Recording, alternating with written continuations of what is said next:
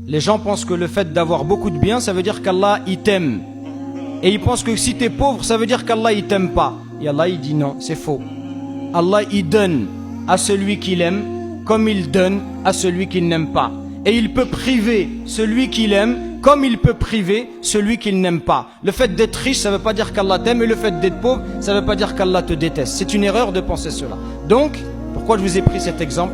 Pour vous dire que les gens ne comprennent pas les épreuves. Allah lui-même a corrigé cette mauvaise compréhension. Donc, les secrets, ça mérite que l'on s'attarde et qu'on dévoile les bienfaits et les sagesses des épreuves. Qu'est-ce qu'une épreuve? Quelques vérités que chacun doit connaître. Une épreuve, ce n'est pas qu'un malheur, une douleur ou une calamité. Vous avez vu dans le verset, Allah il dit, quand on a donné à quelqu'un et on l'a éprouvé en lui octroyant des bienfaits.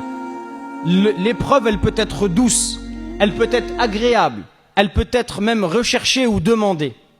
L'épreuve, c'est pas qu'un malheur. L'épreuve, c'est pas que être malade, c'est pas que avoir du mal à se marier, ne pas avoir ses papiers, être en froid avec ses parents. L'épreuve, c'est pas que cela. L'épreuve, c'est aussi des choses que l'on désire. L'épreuve, c'est aussi d'être riche. L'épreuve, c'est aussi d'être beau. L'épreuve, c'est aussi d'être diplômé. L'épreuve, c'est aussi d'être intelligent. Tout cela, ce sont également des épreuves.